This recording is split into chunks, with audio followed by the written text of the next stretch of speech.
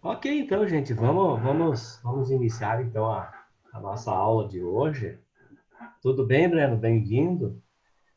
São vários alunos novos hoje que estão ingressando hoje no curso, né? E então, aí talvez qualquer dúvida que vocês tenham, né?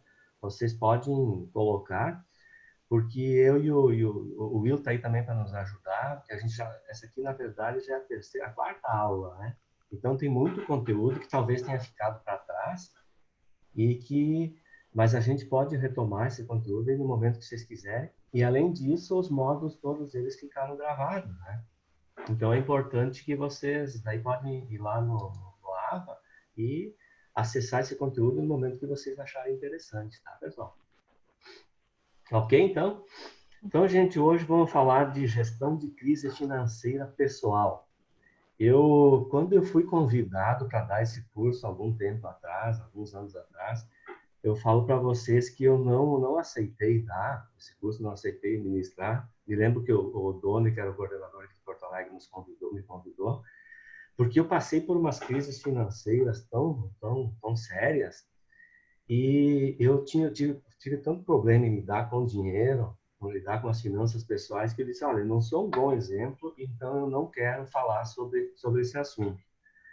Mas agora, depois que passaram essas crises todas aí, que eu aprendi a lidar com a questão da inteligência financeira, então hoje eu gostaria até de passar essas experiências que eu tive negativas, justamente para que as pessoas talvez não passem por esse mesmo experimento que eu tive, em função da minha desorganização, de uma série de trabalhos, uma série de questões aí que depois eu vou colocar para vocês.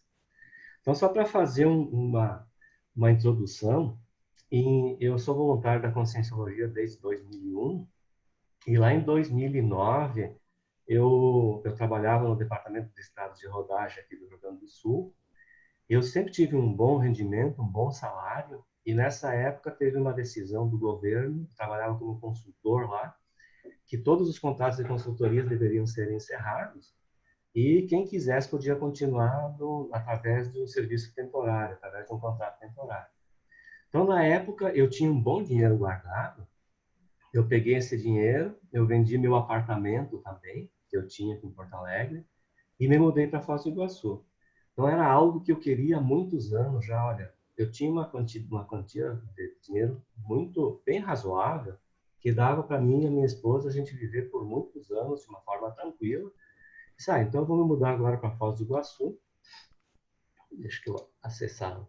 E vou me mudar para Foz do Iguaçu, vou operar com a bolsa de valores e depois vamos ver como é que eu vou fazer. Mas na época só se eu operasse com a bolsa de uma forma tranquila, as receitas, os dividendos seriam suficientes para mim manter o meu padrão de vida e ir acumulando mais dinheiro. Mas aí aconteceu a primeira crise financeira. Aí por uma questão mais de egóica mesmo, uma questão mais de ganância mesmo, hoje eu reconheço isso, eu passei a operar na bolsa, fazendo day trade, basicamente day trade, e alavancando.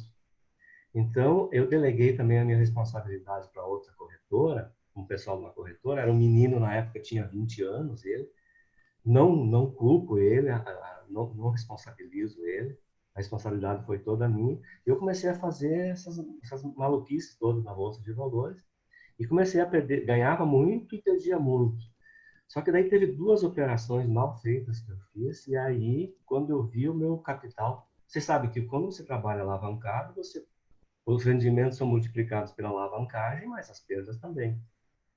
Então, quando eu me dei conta, isso no mês de maio lá de 2010, eu estava com muito pouco dinheiro já, eu tinha uma quantia de dinheiro assim que não dava mais para mim continuar operando.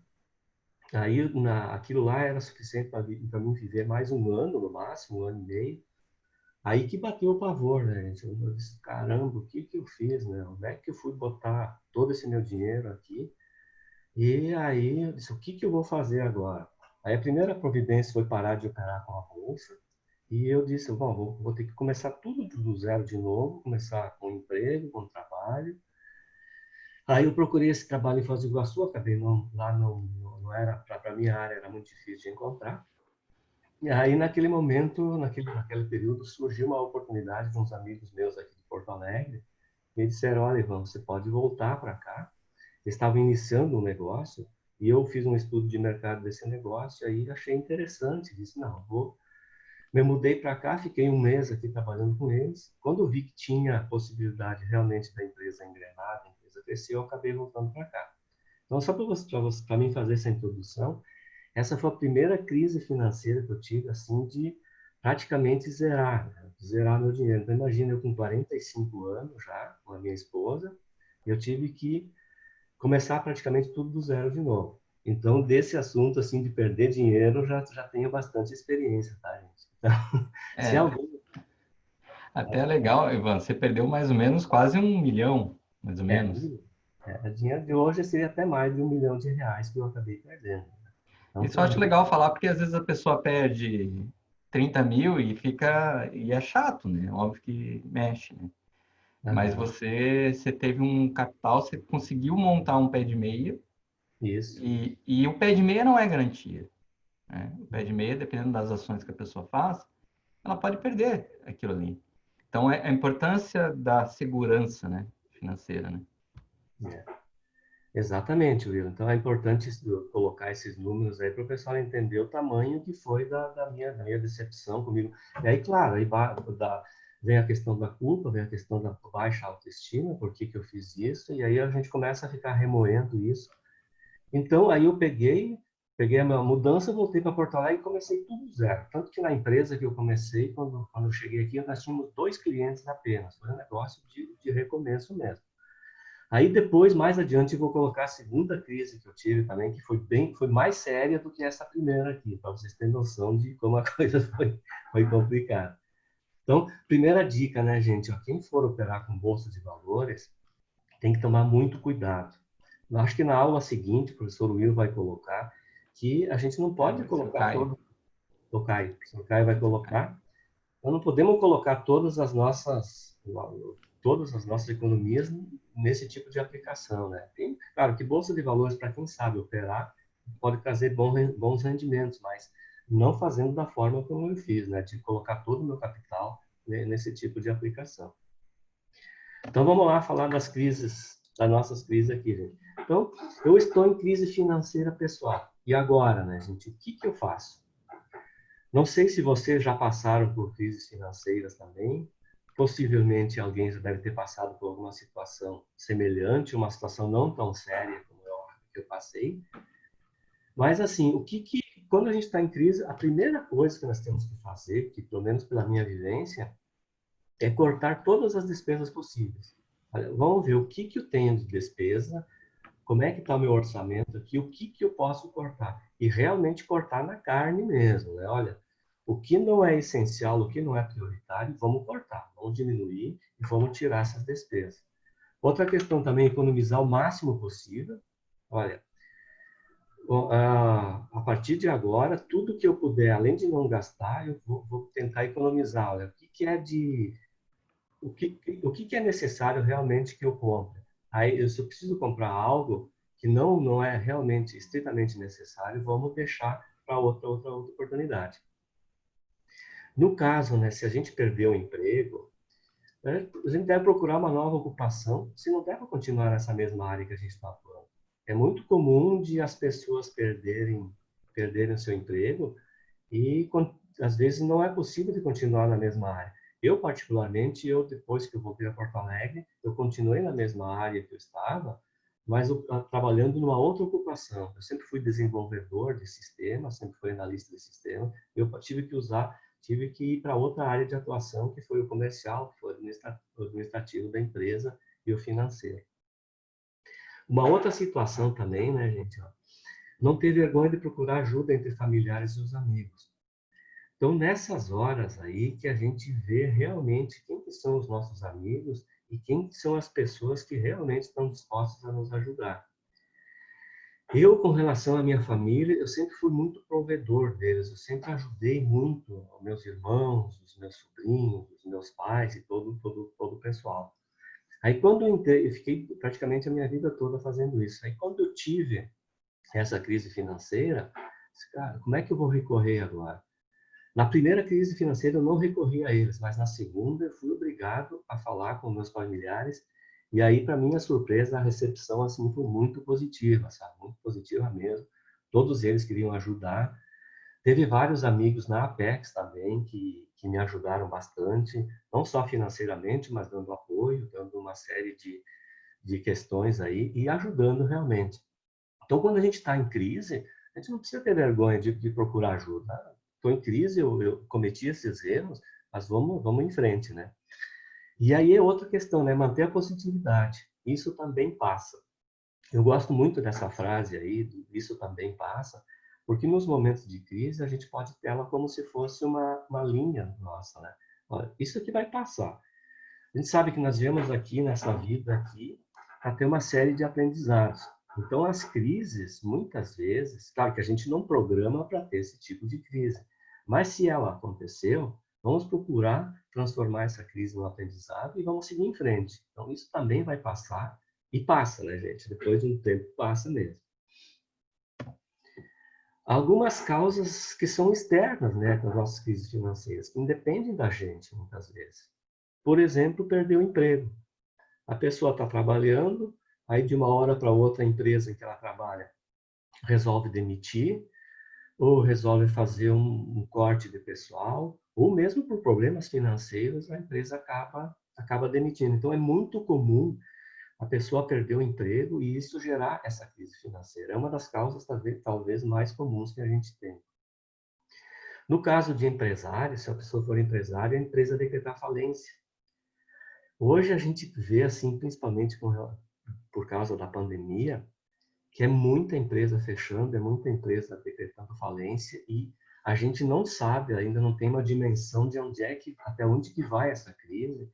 E a minha empresa, as empresas que eu trabalho, a crise, a pandemia não afetou em nada, até pelo contrário, né? A gente não queria isso, óbvio que não, mas toda a área de telecomunicações que eu trabalho, a área de tecnologia, a área de telecom, toda ela está super aquecida, porque a demanda de internet foi muito grande, as pessoas passaram a trabalhar em casa, então aqueceu muito esse mercado, entende? Uma outra questão também que pode levar às crises é o descontrole emocional. A pessoa tem um descontrole emocional e aí passa a gastar demais, passa a fazer compensações, ela passa a comprar em excesso, passa a gastar em excesso, vai para o shopping e começa a gastar numa série de coisas que não tem necessidade. E a gente sabe também que as agências de marketing aí nos induzem ao consumo, né? Tem uma máxima das agências que falam: eu mereço isso, eu mereço comprar isso, eu mereço esse bem, eu mereço essa questão. Então, muitas vezes esse descontrole emocional vai fazer com que a pessoa gaste mais do que ela ganha, do que ela tenha, e acabe fazendo com que ela entre numa crise financeira. Perder as economias em aplicações financeiras, né, gente? Eu sou o exemplo clássico disso, né, gente? De entrar em crise financeira por causa disso. Ser vítima de roubo. Pode parecer estranho isso, né? Ser vítima de roubo, mas acontece muito isso, né, gente? No ramo empresarial que eu estou, tem muitas questões assim relacionadas a isso. Muitas vezes, empresários são, até por funcionários, muitas vezes, essas pessoas são roubadas, né? Então, isso pode gerar...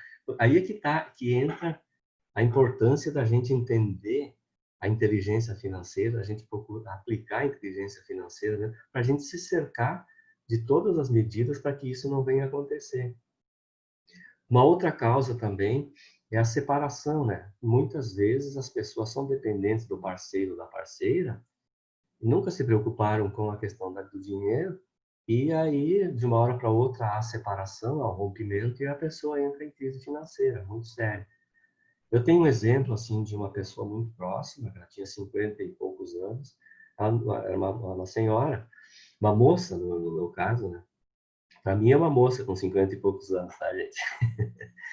E então ela acabou se separando do marido e passou por uma crise financeira, assim, olha.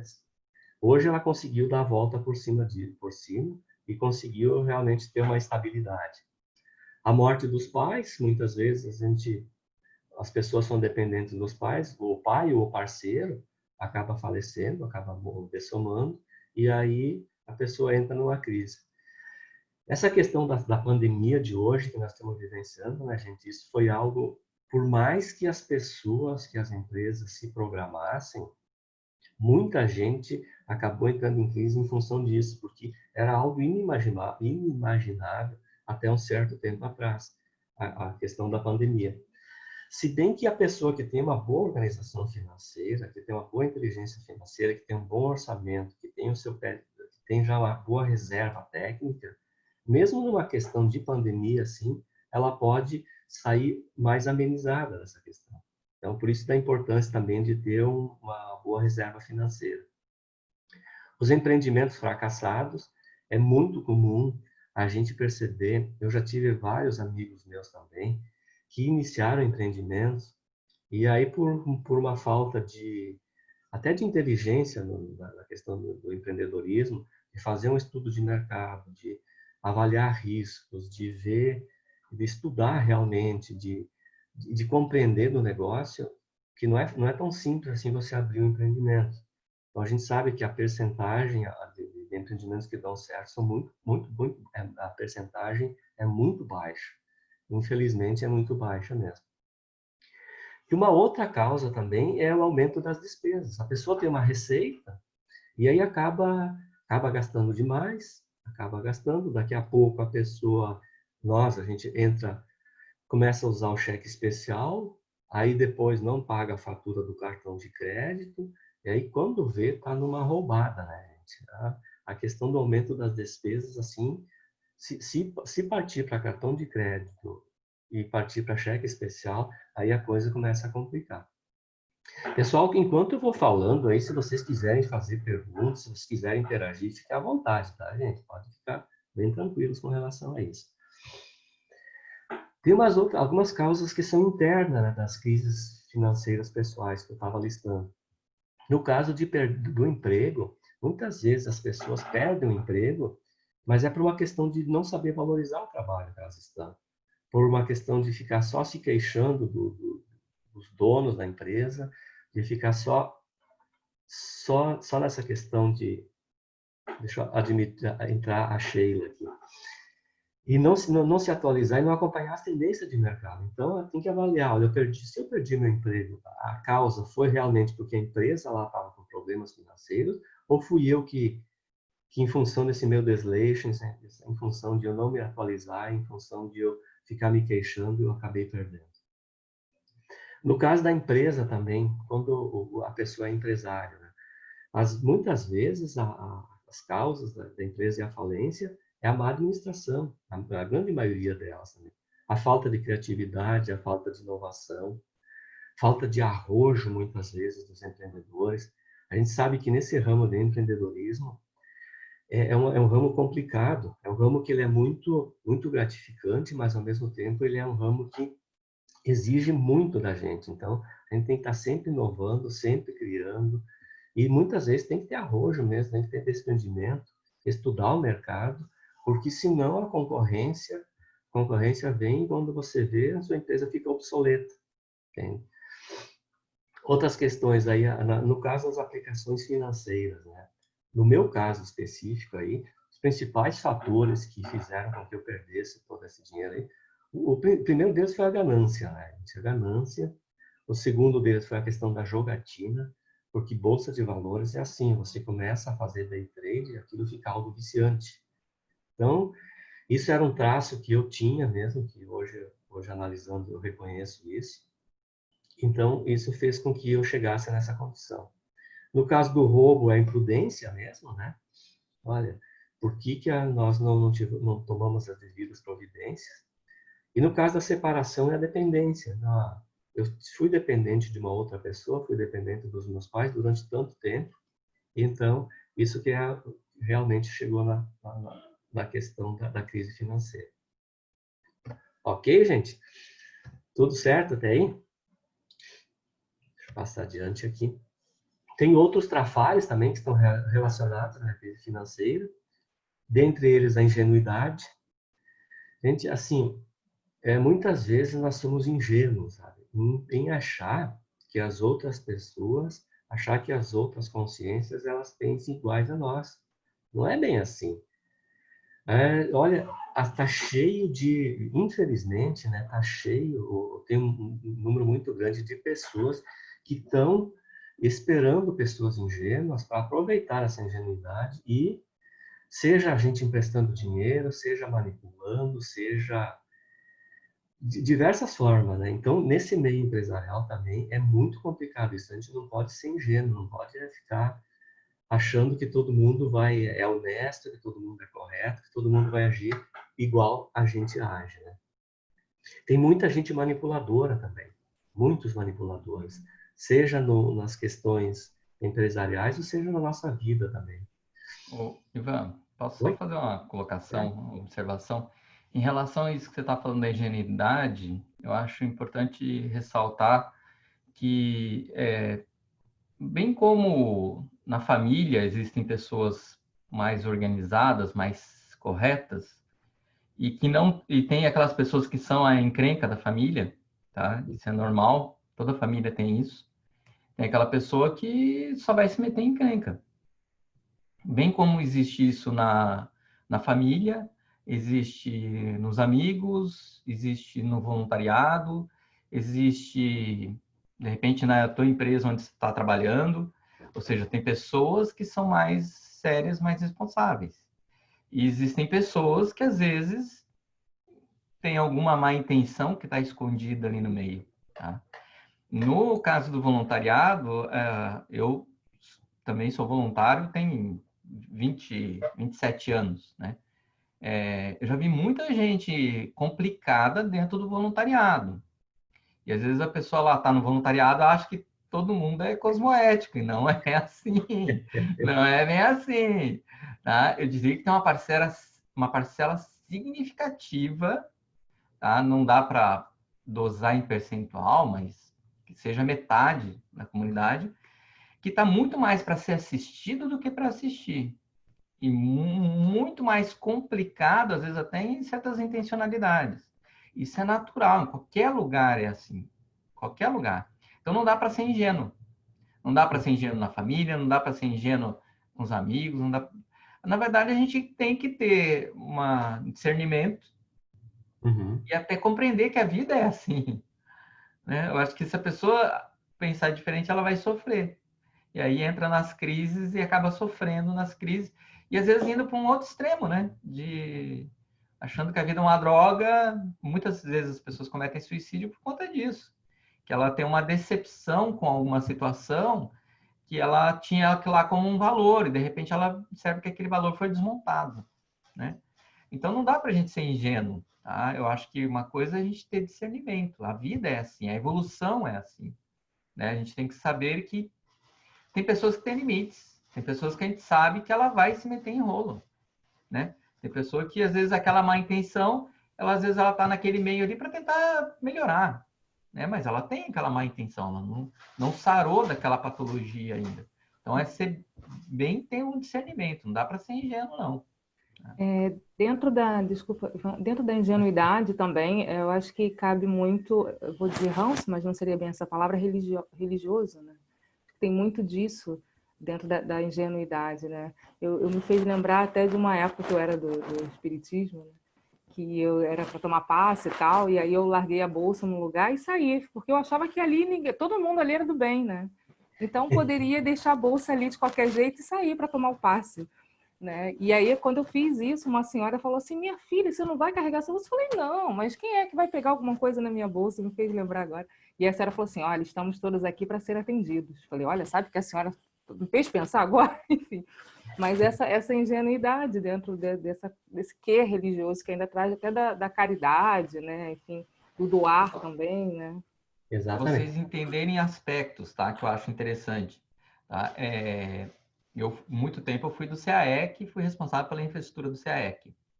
Nós já pegamos pessoas dentro de laboratório armada, dentro de laboratório fumando maconha, tá? Pessoas que achavam que iam entrar em contato com a natureza e estavam peladas no campus CAEC.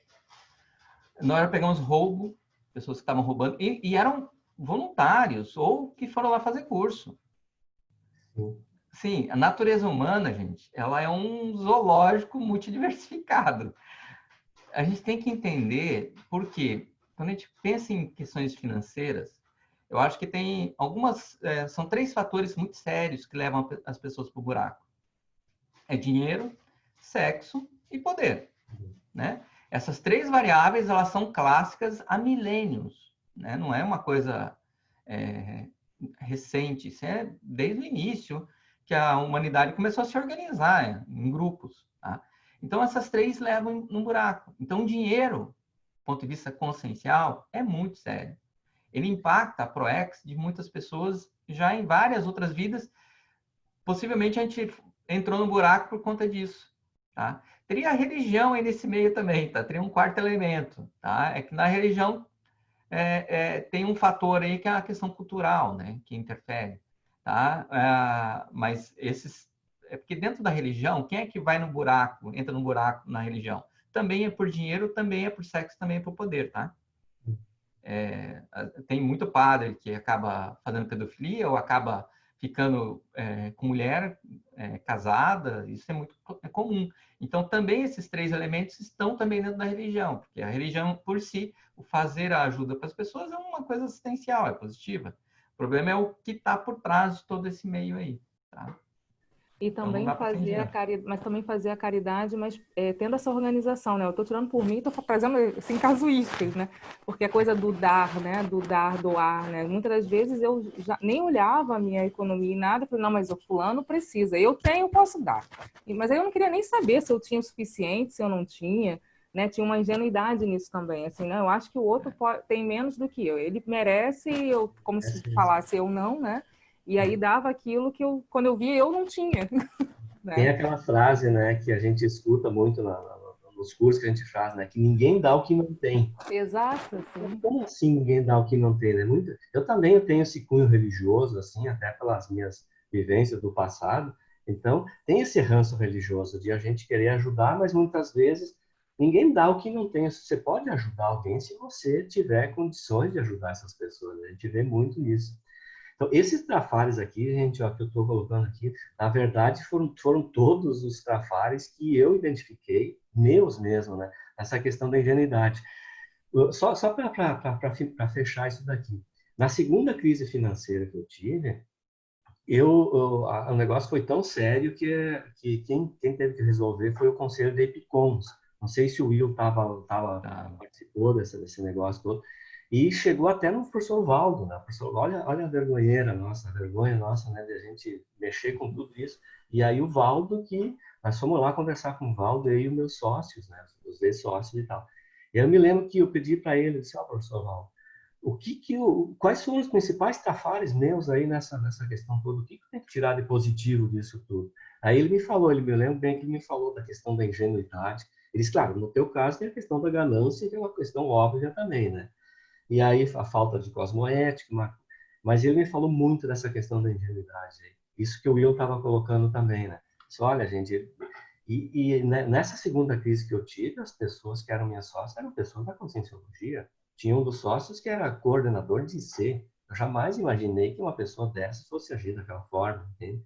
Então, é importante, por isso que eu coloquei aqui para a gente falar dessa questão da ingenuidade aí, para a gente não ser ingênuo mesmo aqui. O mundo aí está cheio de gente, mais pessoas para serem assistidas. Agora, a gente Um passar a outro também que, se não? me Oi? permite destacar, um outro que eu acho super importante é a pessoa saber falar não, dar um posicionamento, porque às vezes não é nem questão de manipulação, nem questão de ingenuidade que a pessoa sabe, mas ela se preocupa muitas vezes tanto com a imagem que ela não consegue dar não, ou ela quer evitar um conflito. Acontece muito que eu vejo com família. Há uns 2 anos atrás eu passei por isso. Passei por uma prova de fogo que eu tive que dizer um não, que foi um não muito tarístico. Hoje eu consigo ver todo o ensinamento que veio por trás desse não meu.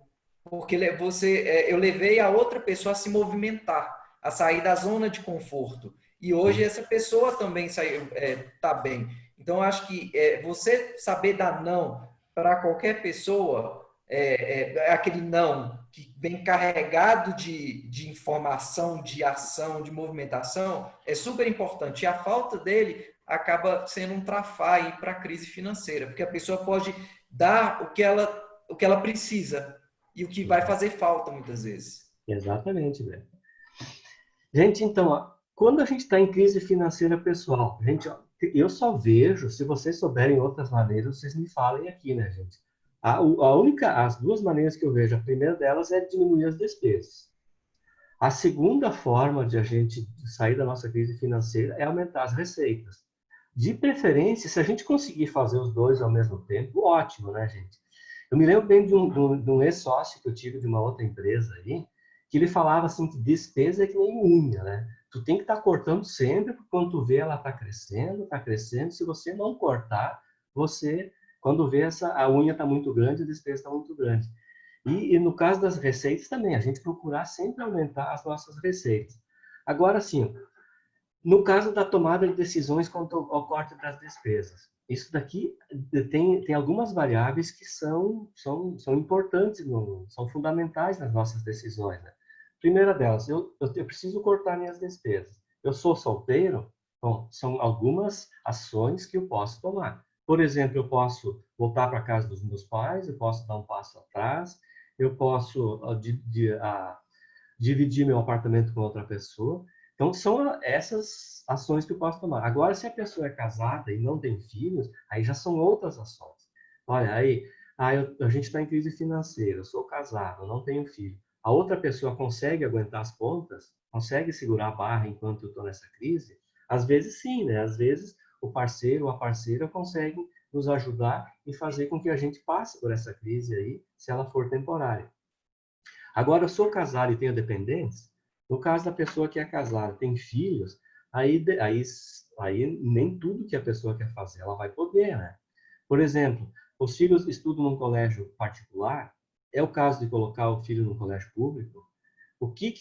Quais são as despesas com os filhos que podem ser cortadas? Algumas não podem, né, gente? Então, são situações complicadas. Um outro fator também, uma outra questão. Qual a minha idade? Posso trocar de área? Uma crise financeira de uma pessoa que tem 18 anos é diferente de uma que tem 55, né, é o meu caso. É diferente de uma pessoa que tem 70 anos. Então, essas variáveis aí são importantes para a gente saber quais ações que a gente tem que tomar. Então, na aula passada, o Will falou muito sobre o orçamento, né, gente? Olha, a importância de ter o orçamento bem definido para a tomada dessas decisões. Porque se eu preciso cortar, uma coisa bem óbvia, né, gente? Eu preciso cortar uma despesa. Agora, como é que eu vou cortar uma despesa ou vou diminuir se eu não tenho orçamento, se eu não tenho mapeado isso? Eu vejo isso muito na minha família, muitos dos meus amigos que estão em crise financeira, que a pessoa não tem nem um orçamento básico, não sabe nem aonde gasta as suas coisas. Aí como é que ela vai reduzir a despesa? Como é que ela vai reduzir ou vai cortar essas despesas? Então, a importância de ter o orçamento. Eu tenho um orçamento planilhado desde 90 e poucos, sabe?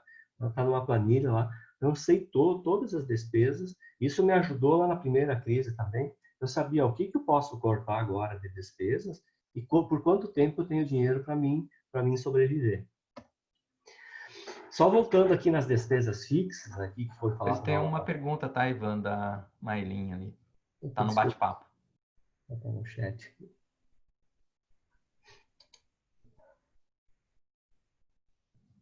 Como superar o trauma de ter entrado em crise e voltar a empreender?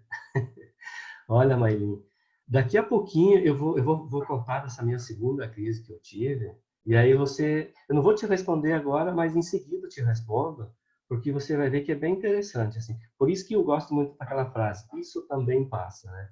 A gente sabe que eu considero assim que a melhor defesa que nós temos é a cosmoética.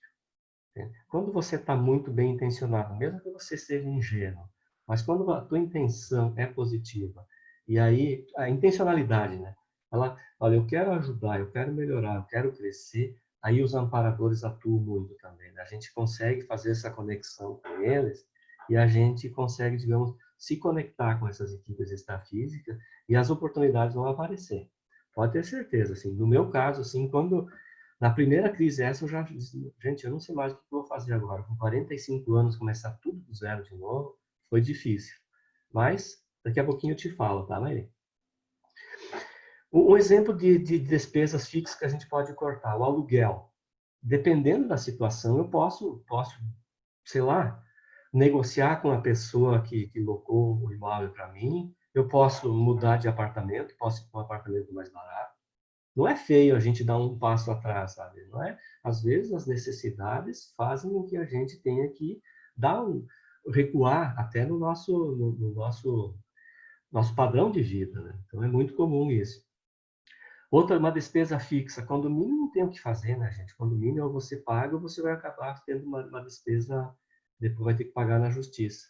Agora, diarista, se você está em crise, a gente não gostaria de cortar, né? Mas infelizmente vai ter que ser cortado. Os parceiros, ou os filhos, ou a pessoa, ela vai ter que dar um jeito de organizar a casa. Então, é uma despesa que a gente pode cortar. As prestações, eliminar tudo que é nova prestação, né?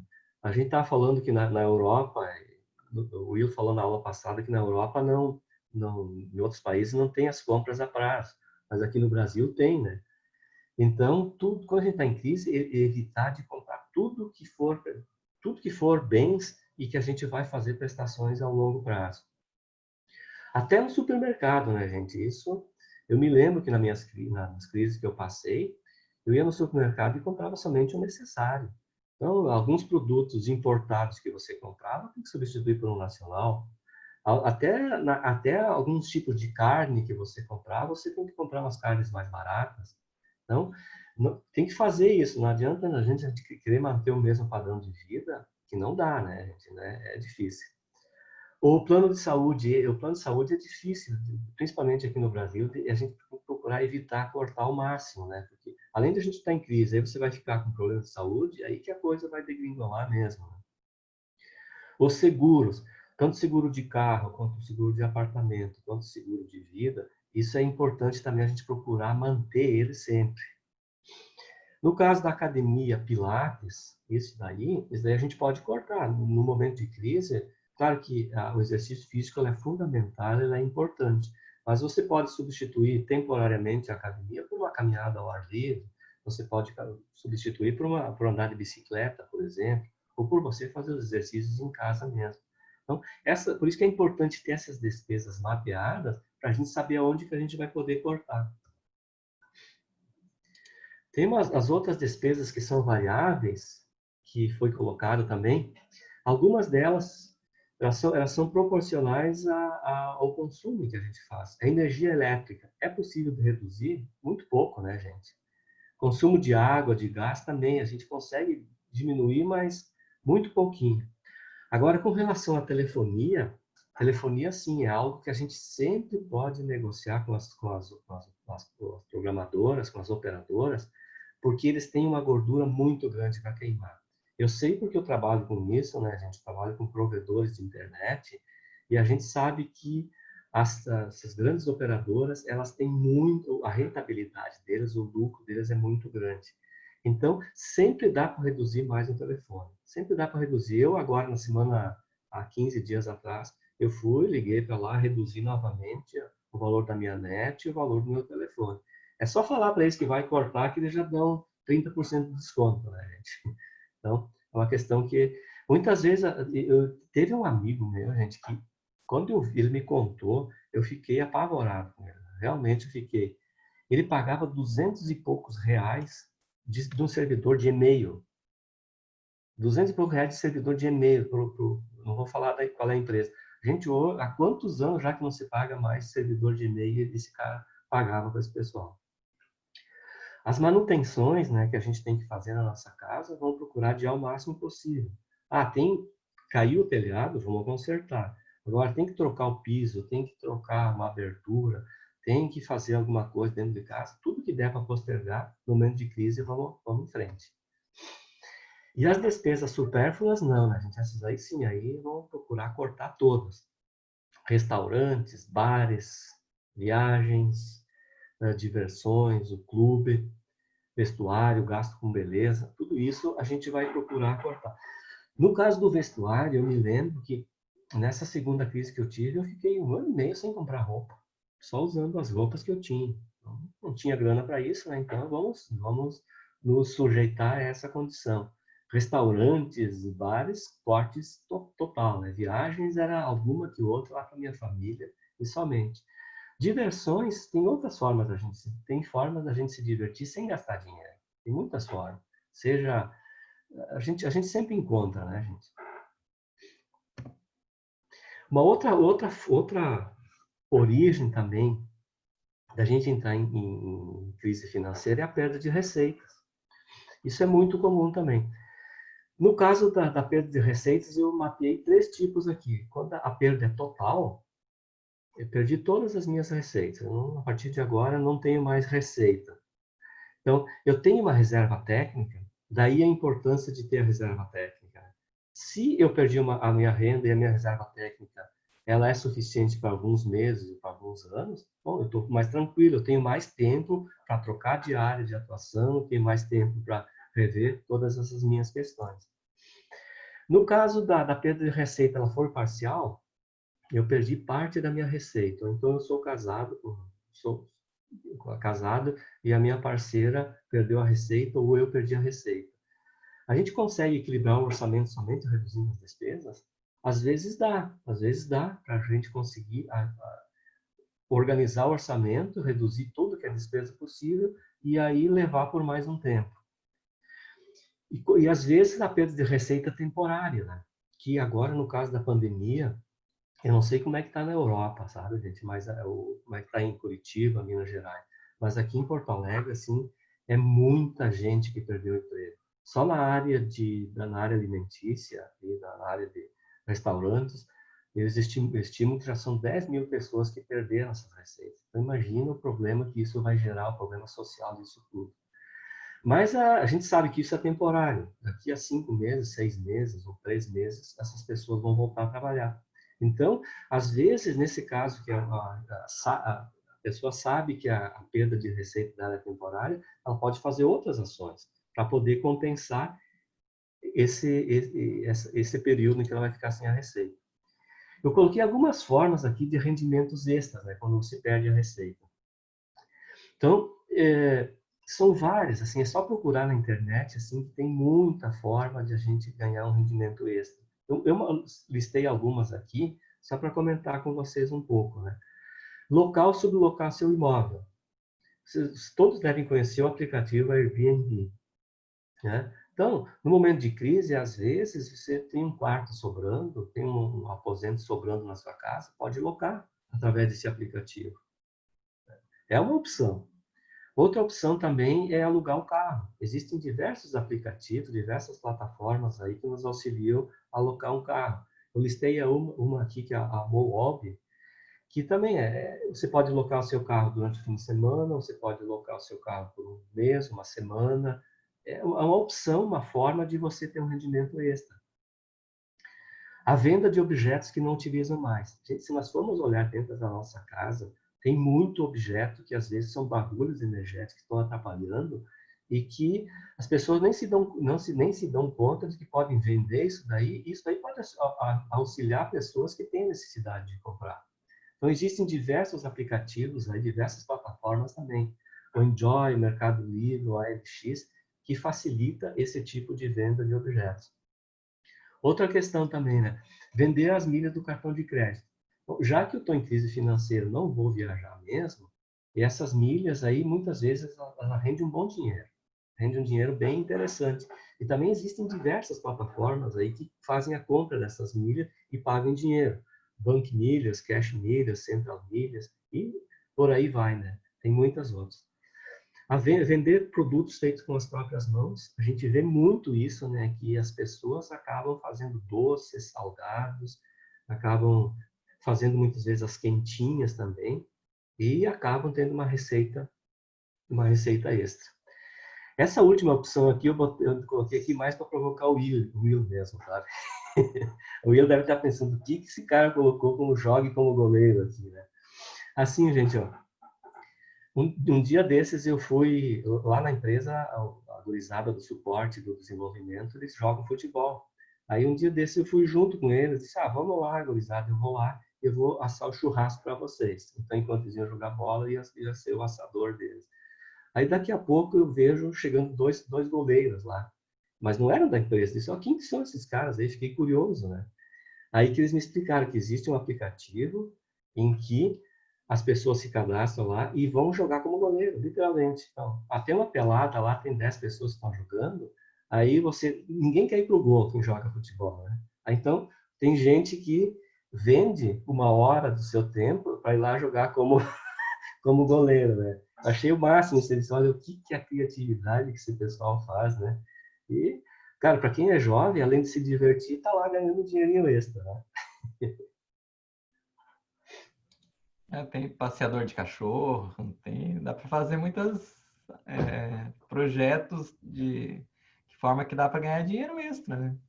Sim. Passeador de cachorro. Eu listei algumas, assim, mas existem várias outras formas de ganhar um dinheiro extra. Dependendo da idade, dependendo da condição, por que não, né, gente? Ô, Ivan, só para complementar uma coisa que você falou ali das despesas, né? Falou depois de reserva técnica. Nós tínhamos falado no módulo passado que o ideal é que a pessoa tenha da receita dela sobre 30%. Tá? Esse que seria a reserva técnica ideal. Tá? Se a pessoa não consegue ainda 30%, que seja 20%, mas que tenha sobra todo mês para ir fazendo a reserva técnica. Então, se a gente for olhar, pensar nessa forma, tá? Eu tenho hoje uma receita e eu tenho uma despesa. Quanto que eu tenho que cortar na minha despesa? Você tem que cortar o tanto que sobre 30%. Então, de uma certa maneira, aquela análise que você estava mostrando, né, de corte de despesa, a gente deveria olhar cada centro de custo daquele, né, aquele conjunto de contas, e olhar onde que eu posso cortar, para que sobre 30% todo mês. Tá? Porque daí você vai montando a reserva técnica. Sim. É isso aí. Gente, só fazer uma reflexão aqui com relação a endividamento. Eu tirei esse material aqui do verbete autoendividamento financeiro. Eu achei muito interessante assim a gente falar um pouco sobre endividamento, né? Porque muitas vezes a gente acaba se endividando e é importante a gente falar sobre essa questão. Então, a primeira questão é fazer uma autorreflexão financeira, né? A avaliação honesta das origens desse endividamento. Eu lembro bem de uma colega minha lá, na época que eu trabalhava no Dyer, que ela tinha um salário, era muito baixo o salário dela, era na faixa de R$ 1.200 por mês, isso lá em 2009. E ela tinha uma dívida, uma vez ela me falou, que era em torno de R$ 3.000. Ela tinha essa dívida assim, entre cartão de crédito, entre bancos, entre vários, o montante seria R$ 3.000. Aí teve um momento lá em que ela teve uma promoção, que ela trabalhava com CC, com cargo em comissão, e ela teve uma CC muito boa. Ela passou a ganhar de 1.200, passou a ganhar R$ 3.000. Então ela passou a ganhar 2,5 vezes que ela gastava, que ela ganhava. Aí eles, bom, agora ela vai conseguir se organizar, né? Vai conseguir pagar sua dívida, em 2 ou 3 meses ela coloca tudo em dia e aí ela vai começar a ter uma reserva técnica. Não, gente, a dívida dela foi para quase R$ 15.000. Então, é o tipo da consciência que tem uma necessidade muito grande de gastar, parece que o dinheiro queimava na mão dela, sabe? Então, isso é muito comum as pessoas. O Will comentou na aula passada também de um médico que ganhava quase R$ 100.000 por mês e que estava endividado. Então, a causa disso é um descontrole muito grande, né? Uma falta de organização financeira muito séria. Então, não interessa quanto tu ganha, se tu ganha R$ 1.000, 10.000 ou R$ 100.000. Interessa é se você conseguir se adequar às suas receitas e, de preferência, sempre conseguir sobrar o valor mensal, que é aquilo que ele falou. O ideal seria 30% do seu rendimento. Uma outra questão com relação ao endividamento é a magnitude da dívida, né? Muitas vezes a dívida está tão grande, a pessoa entra num rolo tão grande, assim, entra numa situação tão desorganizada que ela nem se dá, nem faz o montante da dívida, nem a calcula, e muitas vezes essa dívida aí, muitas vezes ela é aumentada em função dos juros que ela paga. Uma outra questão também com relação ao endividamento, que a gente falou da redução das despesas, tem despesas que são supérfluas, né, gente, que nós podemos eliminar definitivamente do nosso orçamento. Aí cada um tem que avaliar o que realmente é supérfluo e que ela não precisa daquilo. Por exemplo, o gasto com roupas ou com calçados. Gente, eu tenho conhecidos meus assim, tem uma conhecida minha que tem 40 pares de sandálias daquelas do mesmo tipo como é que é, não me lembro qual é a marca, mas 40 pares, gente, precisa tudo isso, né? É óbvio que tem um descontrole emocional muito grande nisso, né? Aí o cara tem, daqui a pouco a pessoa tá bem tem gente assim, tem muitos empresários que aí daqui a pouco tem 2, 3, 4 carros. Precisa disso tudo? Óbvio que não, né, gente? Então, tem despesas que a gente pode eliminar para sempre da nossa vivência. Uma outra questão também, se eu estou endividado, procurar uma renda extra, mas essa renda extra para mim poder pagar a minha dívida. Vou procurar fazer um esforço maior agora, durante um certo período de tempo, vou economizar esse dinheiro, vou pegar esse dinheiro e vou pagar essa minha dívida que eu tenho. Uma outra questão também que muita gente não se dá conta é a renegociação de dívida. Hoje, gente, é muito fácil não, hoje é relativamente tranquilo de fazer a renegociação de dívida. A gente sabe, né, que desde financiamento bancário, não sei se alguém de vocês tem financiamento de imóvel.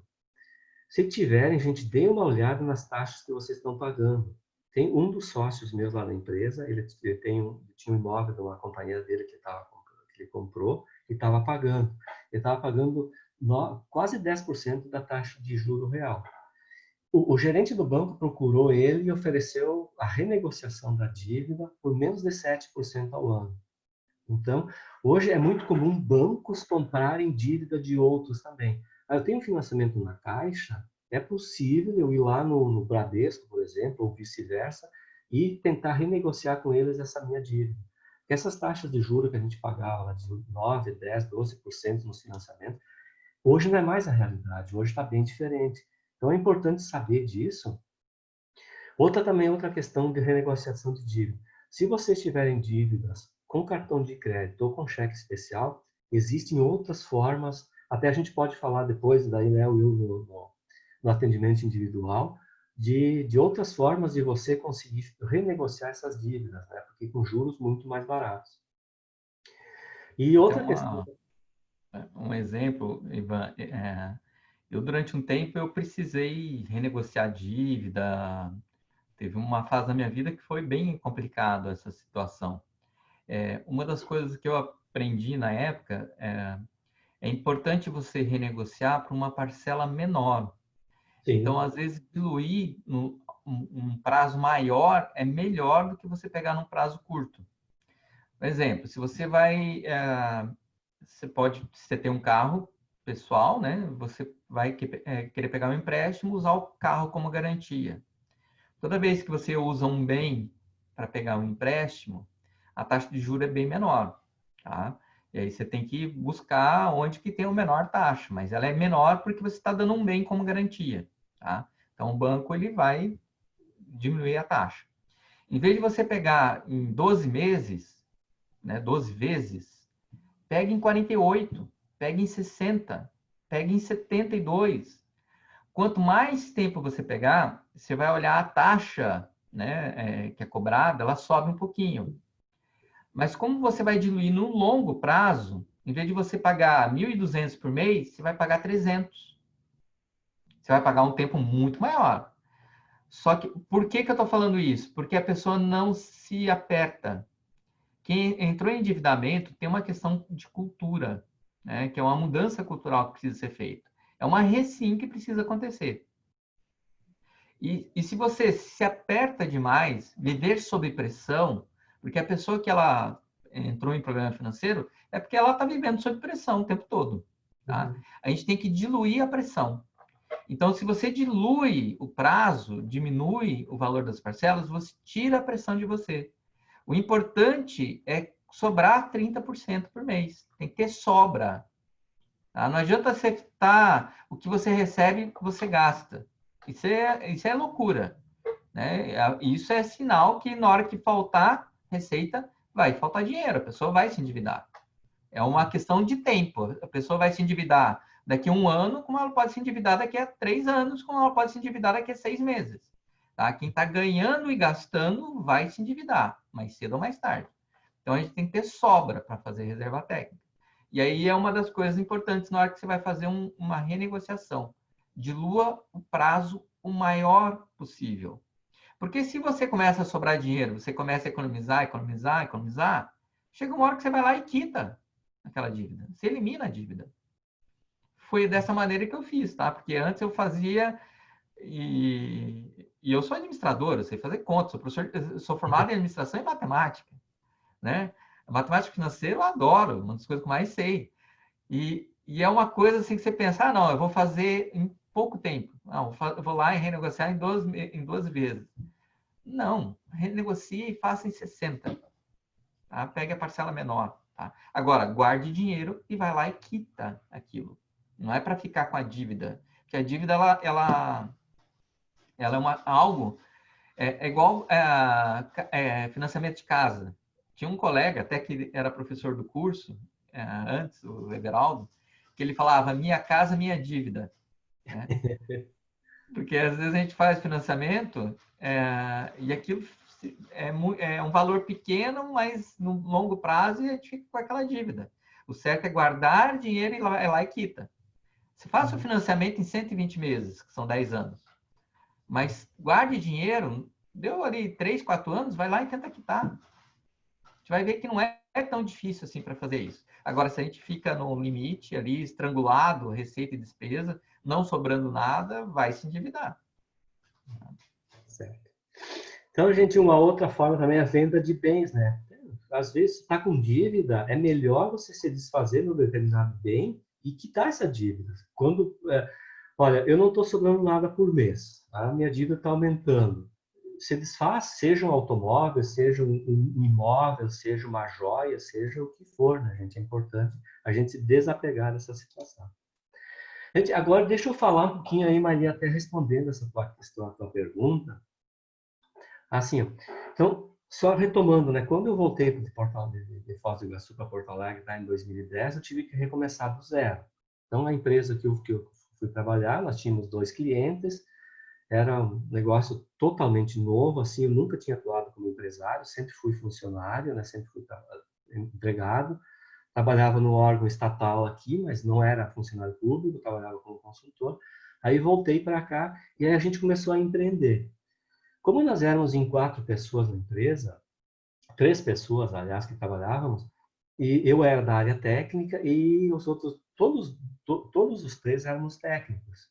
Então, ninguém queria assumir o administrativo, financeiro e comercial. Aí me falaram para mim, olha, Ivan, assume você. Eu fiquei meio reticente, né? Porque eu queria desenvolver o produto. E aí eu fui para a área administrativa e comercial. E aí, para minha surpresa, no primeiro mês que eu estava aqui, nós saímos de 2 clientes para 10. Eu disse, olha, gente, eu participei de um evento de provedores na época. E aí eu comecei a ligar para o pessoal, nunca tinha feito isso, comecei a ir atrás dos clientes, e aí os negócios começaram a acontecer.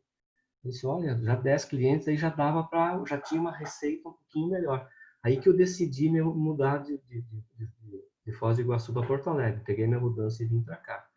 Aí eu investi o resto do dinheiro que eu tinha, que era menos de 100 mil reais na época. Eu me lembro bem, 90 mil reais, para falar em números para vocês. Investi esse resto do dinheiro na empresa e a empresa começou a crescer. Os outros sócios também colocaram um aporte, a empresa começou a crescer, daqui a pouquinho nós tínhamos 20 clientes, aí depois foi para 30. Isso no mês de julho, quando eu me mudei para cá, chegou em dezembro, nós tínhamos 40 clientes já. O negócio, assim, 40 clientes é pessoa jurídica, né, gente? Então, não é pessoa física, 40 pessoas, nossos clientes eram pessoa jurídica. E aí o negócio começou a crescer e começou a dar certo. Aí daqui a pouquinho eu tinha 5, 6 funcionários, 7, 8. Aí o número de clientes foi para 70, 80. Quando eu vi, a gente tinha mais de 100 clientes. Eu lembro quando a gente estava em torno de 80, 90, nós tivemos que alugar um prédio, era um prédiozinho de 3 andares, muito maior, porque a gente estava num ritmo de crescimento muito grande, né? E eu me lembro bem que daí o número de funcionários já era 14 ou 15, E aí, quando a gente foi comemorar o 100º cliente, a gente marcou uma festa, era na segunda, terça-feira. Na sexta-feira, vamos marcar a festa de comemorar 100 clientes. Aí, na sexta-feira, nós já tínhamos 118. Pessoal, a ver como o negócio foi assim, foi um negócio assim meteórico. Assim. A gente começou a crescer e foi indo. E daí, nesse período aqui, ficamos, nós éramos, um sócio acabou saindo, aí ficamos um rapaz que cuidava da parte técnica e eu cuidava do administrativo, financeiro, comercial de toda a empresa. E aí eu acho que eu já mexi com isso no passado, porque era um negócio tão natural, em outras vivências, né? Porque era um negócio tão natural para mim fazer aquilo. E aí a empresa foi crescendo, foi crescendo. Aí, até o cliente 220, eu levei toda a empresa sozinho. Eu cuidava de tudo isso e o outro sócio cuidava da parte técnica. E aí a gente cometeu o primeiro engano, o primeiro erro. Nós trouxemos uma outra pessoa para entrar na sociedade. E quando ela entrou na sociedade, já mudou um pouco dos princípios, já mudou um pouco da forma de fazer, daquilo que eu achava que era o correto, de valorizar os funcionários, de valorizar os clientes, e fazer a coisa acontecer naturalmente. Então, ela era uma pessoa burocrata, né, que veio com uma série de ideias assim, e aí a coisa, mas a empresa continua crescendo, num ritmo menor, mas continua crescendo. E aí nesse período a gente já estava com uma dívida muito grande, era mais de R$ 1 milhão que nós tínhamos na empresa, porque o nosso negócio era o seguinte, nós comprávamos equipamentos e locávamos. Só que o negócio era tão bom que o retorno do equipamento era em 3 ou no máximo 4 meses já retornava o valor que a gente investia. Então foi um negócio muito grande, assim, foi crescendo muito. Mas essa dívida era totalmente pagável. Assim, a gente dava dentro da nossa receita, que já era bem alta, a gente conseguia pagar. E aí eu, no meu ponto de vista, cometi outro erro de trazer mais 2 sócios para dentro da empresa. Nós vendemos mais 10% da empresa e trouxemos outros 2 sócios. Aí sim, aí o negócio começou a dar para trás e tudo mais. E para minha surpresa, passou um certo tempo, passaram mais alguns meses. Um dia eu cheguei lá na empresa e eles me comunicaram: olha, Ivan, a partir de hoje tu tá fora. Você não serve mais para a empresa. Você tá fora. A gente fez uma reunião aqui e nós queremos profissionalizar a empresa e a forma como tu trabalha não corresponde mais à empresa. O que você pensa como empresário não está de acordo com o que a gente pensa, né? Eu disse, bom, o que eu vou fazer? No momento tomei um choque, né? Mas aí, o que eu posso fazer, né? Eu tinha 30% somente da empresa. Aí fui para casa, atordoado, né? Cheguei em casa, conversei com a minha mulher, aí a gente falou assim, como é que está acontecendo isso? Aí no dia seguinte eu fui lá de novo, daí eles me fizeram uma proposta de compra da empresa. Tá, beleza. Aí quando eu levei essa proposta de compra para um contador e para um advogado, eles me disseram, não, Ivan, eles estão mal intencionados. Eu já vi de cara, né? Que eles queriam me passar, eles não queriam me pagar nada, na verdade, eles queriam me dar o lucro, uma parte do lucro durante 4 ou 5 anos. Eles iam me pagar um prolabore por um tempo e mais a parte do lucro. Mas eu não ia ter ingerência nenhuma mais na empresa. Como é que eu sabia quanto é que deu de lucro ou quanto é que não deu? Entende? Então aí eu fui lá, falei para eles que não aceitava, e não aceitei mesmo. E aí começou a briga, né? A gente começou a briga, eles entraram na junta comercial, tentaram passar a empresa para o nome deles. A minha sorte é que eu tinha 30%, daí eles não conseguiram. Aí, depois que passou esse tempo, aí um deles, os 4 eram voluntários da Conscienciologia, tá, gente? Um deles, ele se deu conta e aí me chamou e disse, olha, vamos lá conversar com o professor Valdo. E aí nós fomos lá conversar com o professor Valdo, e o Valdo escancarou, disse, olha, o problema de vocês é tudo é ganância, vocês.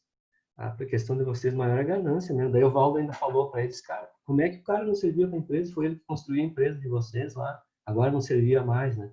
E daí eu me lembro bem que o Valdo disse, paguem para o cara que é de direito. Porque eles queriam me pagar um valor que era, gente, era assim, ó, era ridículo, né, gente? Era 180 mil reais. Era o valor que eles queriam me pagar. Era um negócio assim que a empresa valia milhões e eles queriam por 30% me pagar 180 mil reais.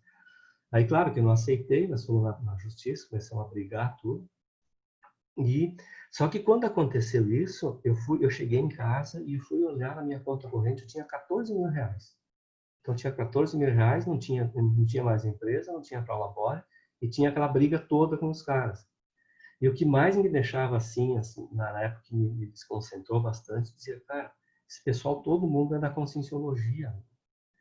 Eu jamais imaginei que isso viesse a acontecer um dia, né? Porque, assim, todo mundo tem direito de ter o sócio que quiser. Todas as pessoas podem fazer a sociedade, romper a sociedade no momento que quiser.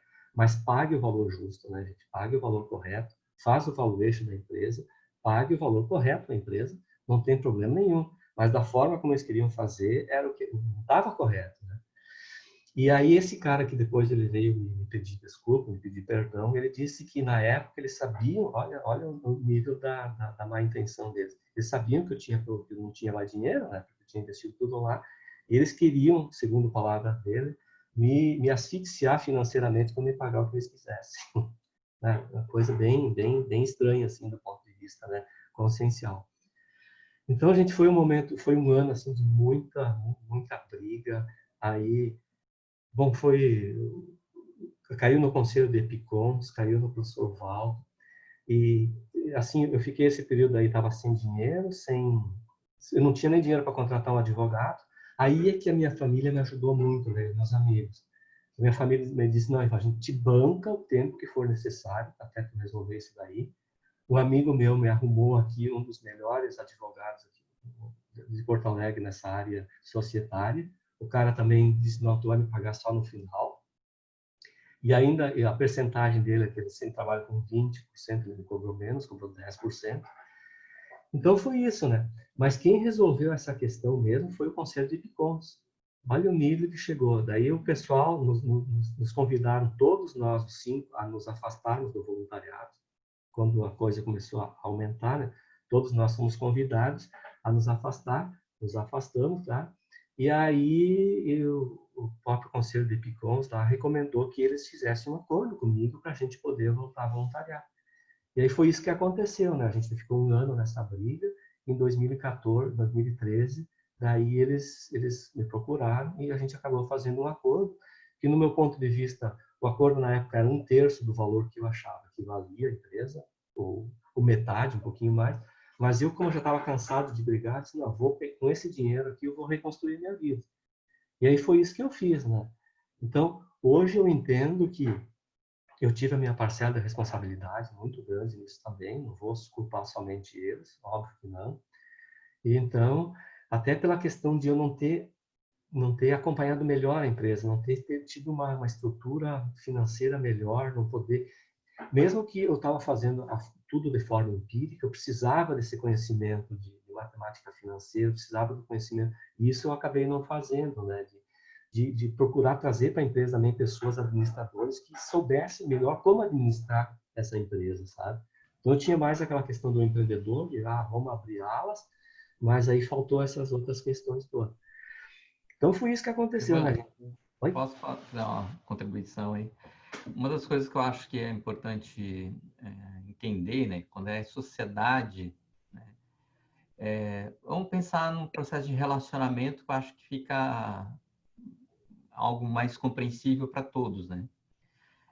Num processo de relacionamento, o que é importante? Ter transparência, né? O dia que o sentimento não for de transparência entre os parceiros, aquele relacionamento já foi por água, tá? Então, é necessário que tenha um sentimento de transparência e de abertura para conversar. E mesmo num relacionamento, há acertos e erros, tá? Isso é natural. Numa sociedade, é a mesma coisa, né? Numa sociedade, vão ter acertos e erros. São pessoas que pensam diferentes. Só que tem que ter um sentimento de abertura, de confiança e de transparência. O dia que isso acaba, aquela sociedade, ela acabou. Não, é igual uma relação, por exemplo. Uma relação, há uma agressão física, ou há uma traição, acabou. Não se deve manter a relação. Essas são duas hipóteses que não devem existir num processo de relacionamento, porque o relacionamento foi desfeito, né? É a mesma coisa numa sociedade. Se as pessoas perderam a confiança uns nos outros, acabou. Aquela sociedade, ela se desfaz, né? Por quê? Porque senão ela vai entrar no processo de conflito, né?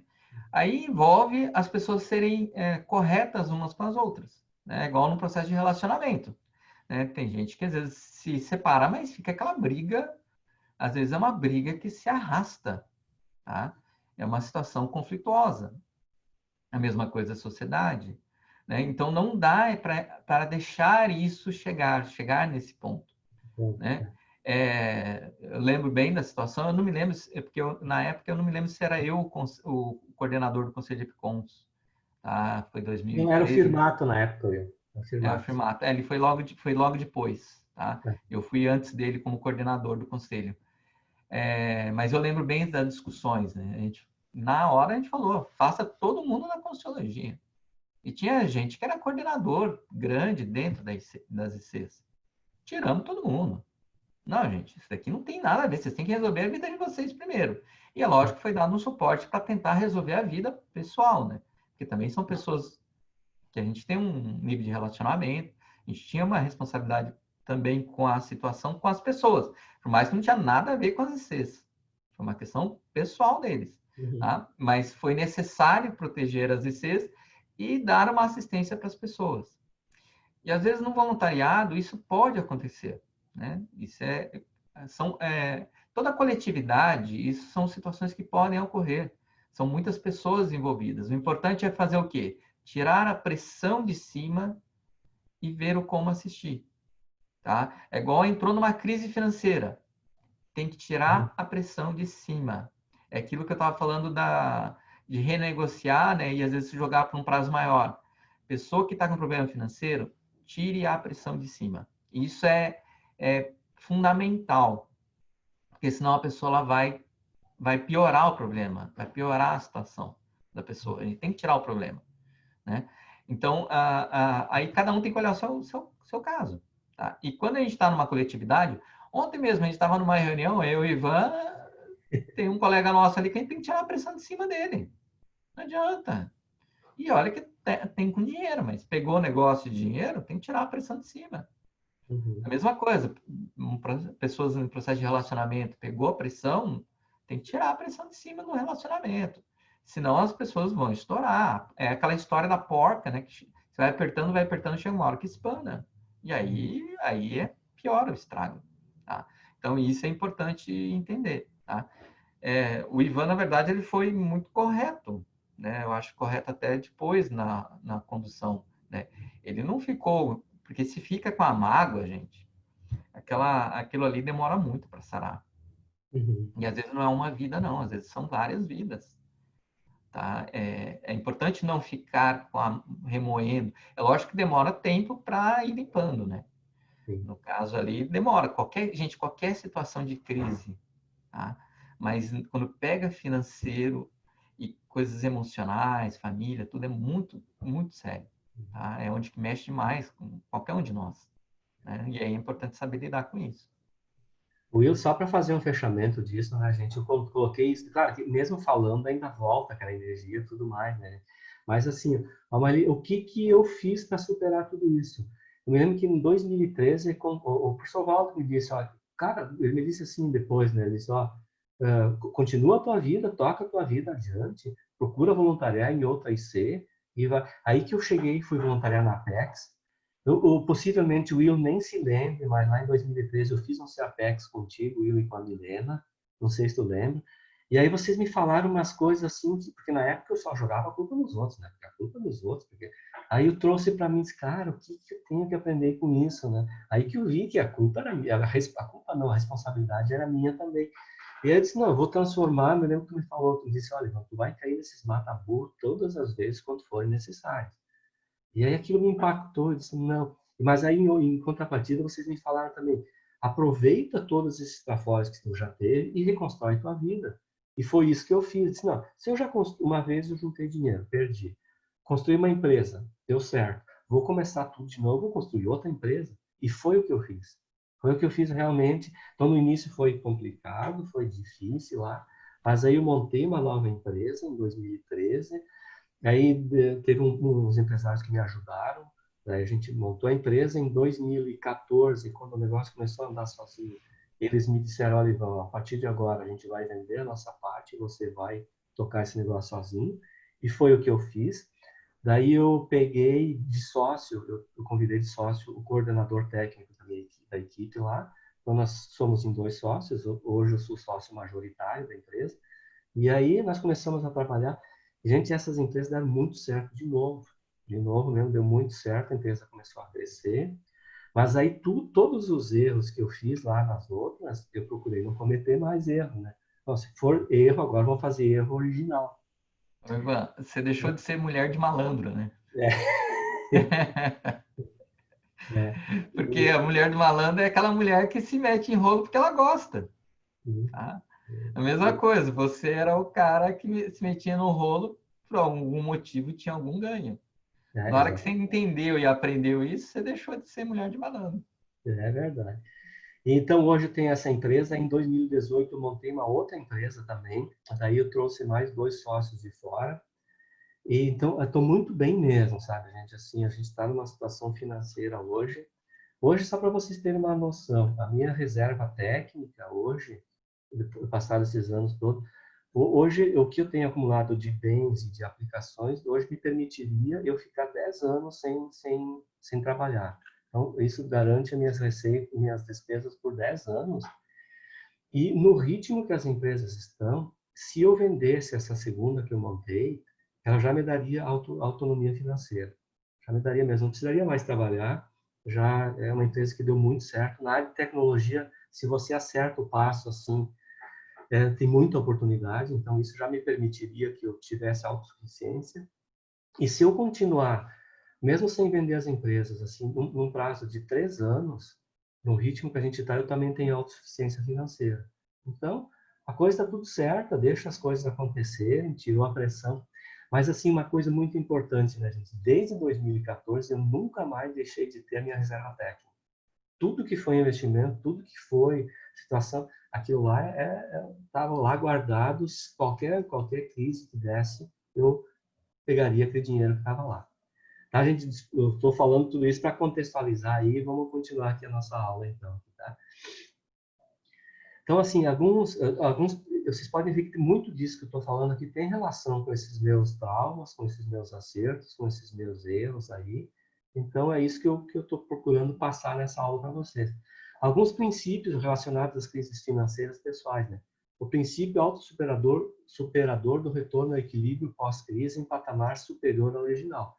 Na crise, gente, se a gente não voltar numa crise num patamar superior, é porque a gente não aprendeu nada com aquilo. Então, procurar sempre aprender, compreender e sempre chegar numa condição melhor. Isso que a gente chama de resiliência também, né? Por mais que a gente saia do prumo, a gente consegue voltar numa condição melhor.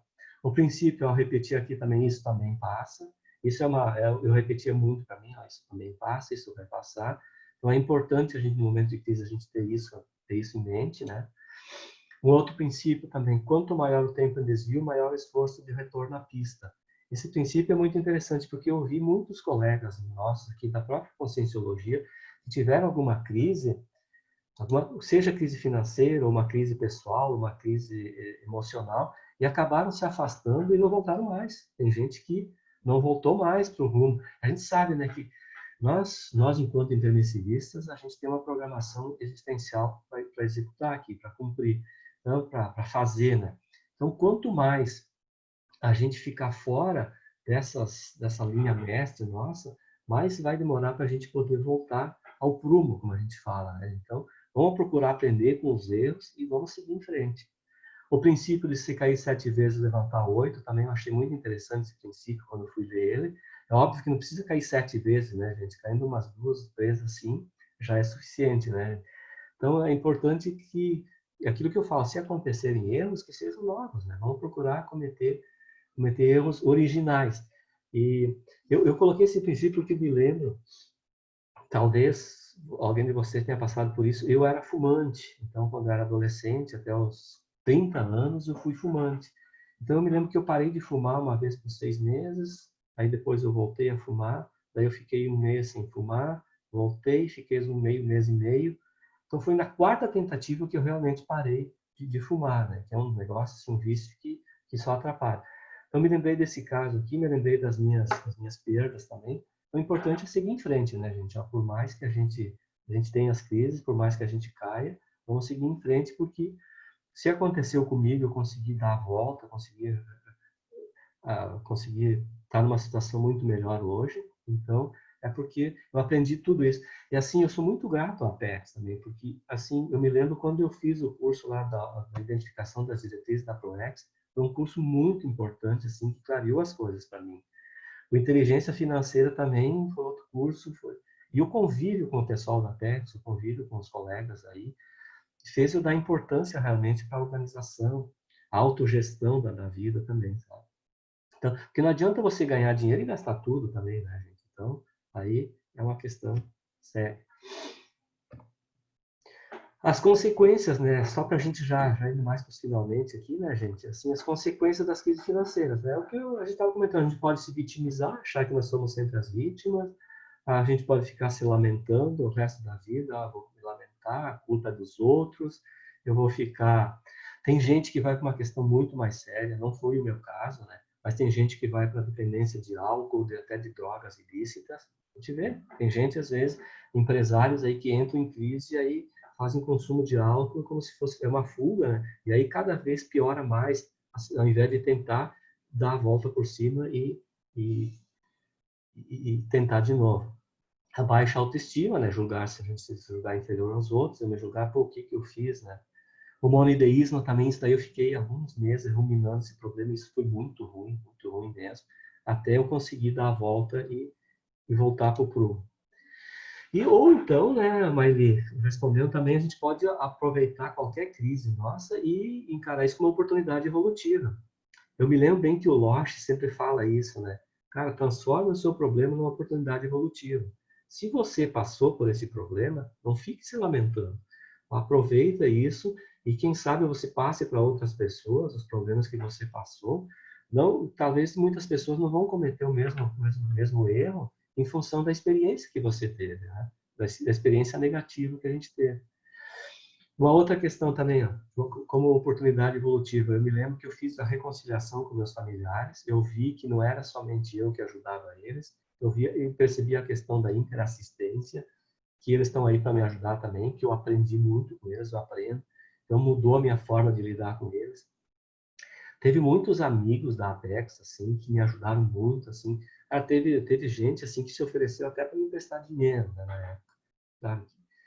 A minha esposa, ela conseguiu superar esse problema, porque ela estava junto também, com a ajuda da consciência terapia, da OIC, foi muito importante para ela, nos ajudou muito, tanto ela quanto a mim. Procurar ajuda, né, gente? Olha, eu tive um problema, vamos procurar ajuda. Seja de familiares, de amigos, muitas vezes tem gente que precisa de psiquiatra, não foi o meu caso, mas tem gente que precisa de um atendimento psicológico. E, então, vamos... E o mais importante também, né, quais os traços que precisam ser reciclados. Então, isso é importante, né, gente? Eu aprendi assim, eu tenho muita coisa para reciclar, muita coisa para resolver, mas eu aprendi muito com esses erros todos, aprendi muito com essas crises. Também eu identifiquei também qual foi o fator que tirou muito sério, né? Então, quais essas condições que me fizeram tomar todas aquelas atitudes. Isso do Will, né? O Will, até hoje eu me lembro da tua fala aí de identificar os mata-burros e não cair mais nos mesmos, né? Isso daí foi importante para mim também, muito. Mas também uma coisa muito importante, né, gente? Identificar os trafores que nos ajudaram a sair da crise. Quais são os trafores? Quais são os meus traços de força? Quais são as minhas habilidades? Quais são as minhas qualidades? O que me fez com que eu saísse dessa crise? Então, isso serve também, né? Porque quando tu está numa crise, você vai sair dela. Aí, quais são os traços? Quais são as características? O que você tinha de bom que fez você sair dessa crise? Então, é superar a crise e seguir em frente, né, gente? E também lembrando, né, que as finanças, elas são apenas uma área da nossa vida. Isso também é muito tema do curso Autogestão da Apex, que o nosso projeto envolve todas as demais áreas da vida. Não sei se vocês lembram, tem a questão da intraconsciencialidade, como é que são as nossas reciclagens intraconscienciais, que são muito importantes. Tem a questão da saúde holossomática, como é que estão os meus veículos de manifestação, como é que está o meu energossoma, como é que está o meu holochakra. Tem a questão profissional, que é importante também, nessas áreas da vida. Tem a questão da interconsciencialidade, que é as nossas relações com as outras pessoas. A questão da extrafisicalidade também. A gente tem que levar tudo isso direito, né? Nós somos consciências multidimensionais. Nós estamos aqui nessa vida humana. A nossa real procedência é extrafísica. A gente não pode perder essa conexão com o extrafísico, né? Então é importante a gente levar todas essas áreas de eixo. E a questão da interassistencialidade também, né? Que é uma das áreas muito importantes e uma das áreas, digamos assim, fundamentais da nossa existência. E para fechar aqui, gente, eu fiz esse organograma aqui, que eu achei importante para fazer um resumo disso tudo, né, gente? Durante o curso de Inteligência Financeira, a gente já falou muito sobre autossuficiência financeira. O que é isso, né? É a gente ter uma receita, uma renda, em que nós não precisamos depender de outras pessoas para a gente sobreviver. Então, é ter receita que seja superior às nossas despesas. Eu listei em seguida um orçamento definido, porque é muito importante ter um orçamento, todas as minhas entradas e todas as minhas saídas. Então, o orçamento, eu julgo ele como fundamental na nossa inteligência financeira, a gente ter um bom orçamento mesmo e levar a sério isso. O Will falou aí nas outras aulas, na aula passada, que às vezes a gente perde algumas horas por semana para organizar o orçamento. Não é perda, né? Na verdade, é ganho, porque a gente... Isso daí vai nos nortear, vai nos dar todas as diretrizes de como a gente fazer as coisas. A reserva técnica também que a gente falou, que essa reserva técnica seria suficiente para a gente, para bancar as nossas despesas por 6 meses. O ideal é ir aumentando e aumentando essa reserva técnica até 6 meses, depois de 1 ano, 2 anos, até a gente chegar na tesaurização, que foi um verbete defendido também pelo professor Valdo. A tesaurização, que o que é a tesaurização? É quando a gente começa a acumular bens, mas não só bens econômicos, bens administrativos, são bens intelectuais, são bens para objetivando a concepção, a execução da nossa PROEX. E aí, depois da tesaurização, o ideal é a gente alcançar a autonomia financeira. Aí sim, quando a gente tiver a autonomia financeira, a gente vai ter uma liberdade muito grande de ação, de tudo, né, gente? A gente vai poder falar aquilo que a gente acha que deve ser feito, a gente vai poder fazer os empreendimentos que a gente achar assistenciais, nós vamos poder ajudar as pessoas que a gente julgar necessário de ajudar, a gente vai poder ter uma autonomia e realmente isso é uma questão assim que a inteligência financeira, ela vai nos propiciar isso. É possível de alcançar? É possível. Se você for assalariado, é possível. Se você viver de outros tipos de renda, é possível de atingir a autonomia financeira. Eu, no meu caso, eu alcancei tudo isso através do empreendedorismo. Então, o empreendedorismo que me deu tudo isso, né? Então, foi algo que, se a pessoa tem esse veio empreendedor, eu acho muito interessante a pessoa tentar com isso, a pessoa investir nisso, porque o empreendedorismo, ele te acelera muitas coisas. Ele te dá uma oportunidade de... E não é só a aceleração da questão da economia financeira, né, gente? A questão do dinheiro, a questão da reserva técnica, tudo isso.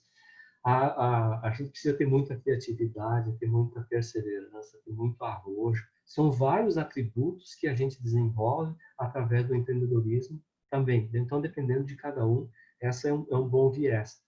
Eu me lembro, quando eu me mudei para Foz do Iguaçu, lá em 2009, o aspecto positivo disso tudo também é que eu ter desenvolvido essa questão do empreendedorismo. Se eu não tivesse tido aquele problema com a bolsa lá, eu possivelmente não teria desenvolvido essa questão do empreendedorismo. E é algo para mim muito gratificante, é algo para mim assim que realmente eu gosto muito de fazer.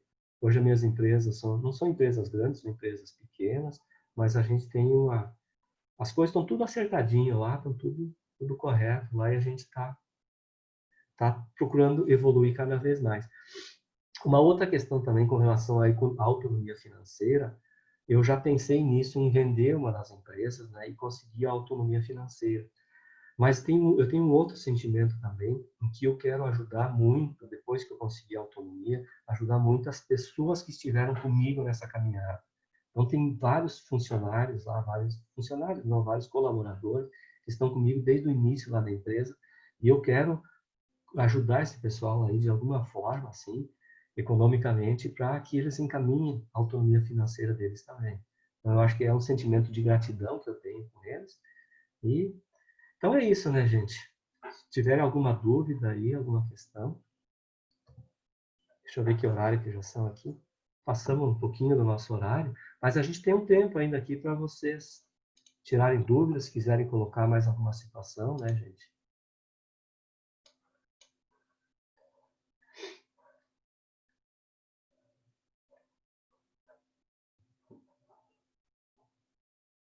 Tudo tranquilo, pessoal?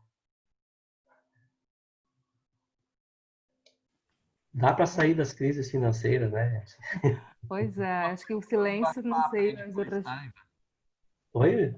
Tem uma pergunta depois no bate-papo, tá? Ah, Ah, sim. Eu cortei Eu acho que foi da Maelina. Quer ler a pergunta da pode Maelina? ler para mim, Mas por favor. não, eu perguntei aquela hora que você estava expondo a segunda crise, sabe, Ivan? Porque parecia assim, é porque reverberou muito, tinha muita energia no teu relato, sabe? Aí eu fiquei curiosa mais para saber assim, se você chegou a investigar o que aprisionava você a esse grupo de sócios ali, né? Porque parecia ser uma questão bem séria, assim, não, que não deve ter começado agora também, né? É mais uma... Possivelmente eu e esses outros sócios aí, porque hoje muitos deles eles reciclaram também, né? Eu conheço foi uma 2 situação bem deles limite, né? que reciclaram, teve um deles também que reciclou bem, assim, hoje está até na condição de EPICOM já, esse colega aí. Mas é muito quase que óbvio que a gente teve, nós juntos, a gente fez alguma coisa muito séria no passado, né? Entre nós mesmos lá. Porque essa questão toda de ganância, de briga, de um querer passar a perna no outro, isso daí é evidente que a gente teve problema de má administração do dinheiro em outras existências. Pelo menos eu imagino que seja isso, né? E também uma outra característica minha também, que eu tenho, o meu passado está muito ligado na religião. Então eu tive muito essa questão religiosa porque você sabe, né, que o padre, o pessoal que era religioso, ele nunca se preocupou em ganhar dinheiro lá no passado, ele só distribuía o dinheiro, né? Então era uma questão, para que ter inteligência financeira se o dele estava garantido para sempre, né? Então é outra questão que eu acho também que também veio à tona com essas questões todas, né, gente? Agora eu acabei lembrando daquela história lá do livro Cristo Espera por Ti, né, que o padre tinha sido um ladrão na outra vida, né? Então é uma questão bem séria essa coisa de dinheiro. E agora ele administrava o dinheiro lá dentro da igreja. Mas o importante é isso, né, gente? A gente aprender com esses erros aí e trazer à tona e tentar limpar tudo isso, porque, gente, nós somos colegas evolutivos aí, é que nem eu estava falando, né, gente? A metade ou menos, ou um pouquinho mais, das pessoas precisam ser assistidas, e eu estou nessa leva também. Assim como tem um atributo que, para mim, é uma questão assim, que eu acho que eu resolvi nessa existência, é a questão da honestidade, da transparência, de fazer as coisas certas.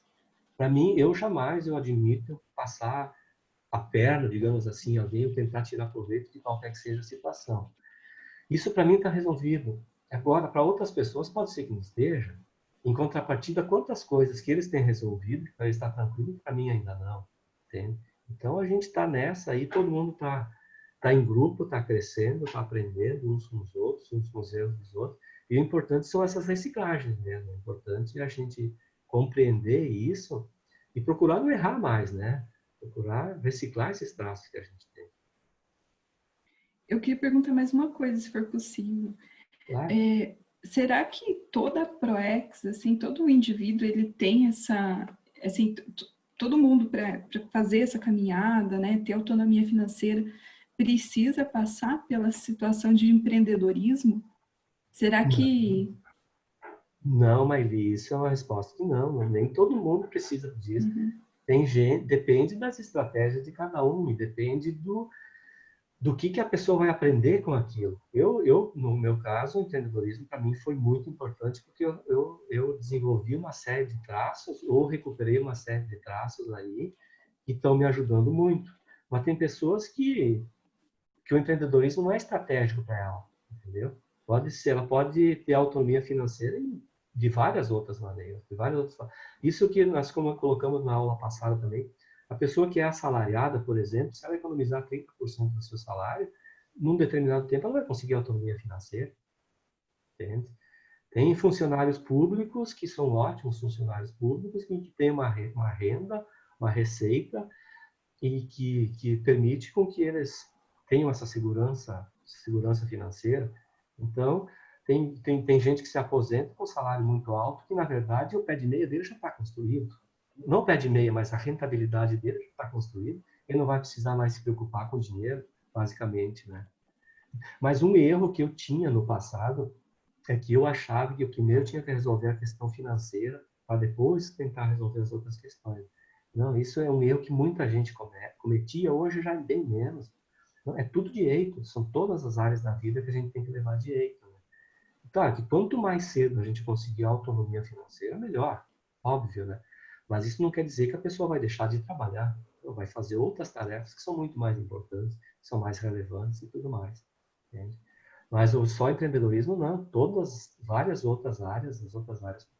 No meu caso, ele acelerou para mim em função de que está dando certo as empresas, né?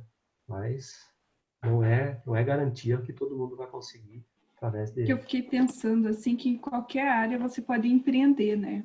Assim, desde que você tenha uma visão. Só que empreender não é fácil, porque é isso que você disse, né? Tem que desenvolver vários trafores ali, ou qualidades, ou estratégias, enfim, porque é uma área nova, né? Por exemplo, sei lá, você vai empreender na área da saúde.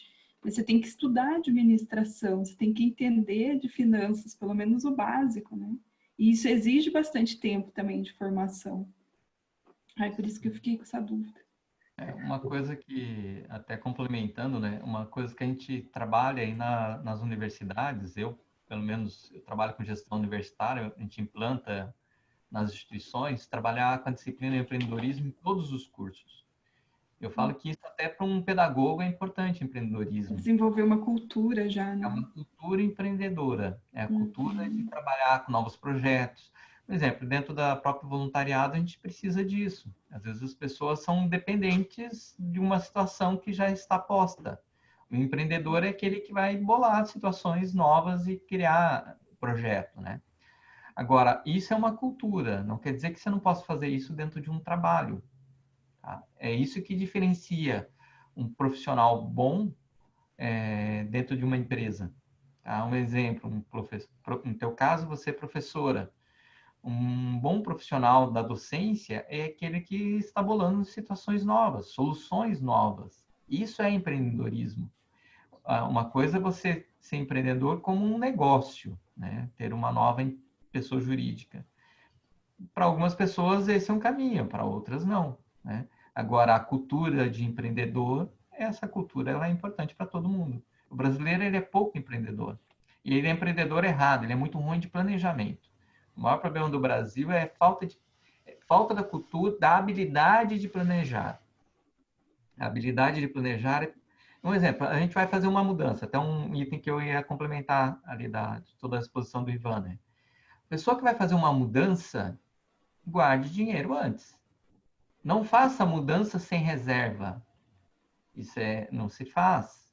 Então, qualquer mudança, é uma separação, ou vai se juntar com alguém, ou vai mudar de cidade, ou vai mudar de trabalho, tenha uma reserva. Tá? Essa reserva técnica, né, ela é fundamental. Sem reserva, adia a mudança, porque senão o risco de se endividar é muito grande. Né? Então, a reserva, ela é para uma situação inesperada, como também para ajudar quando você vai fazer alguma coisa planejada.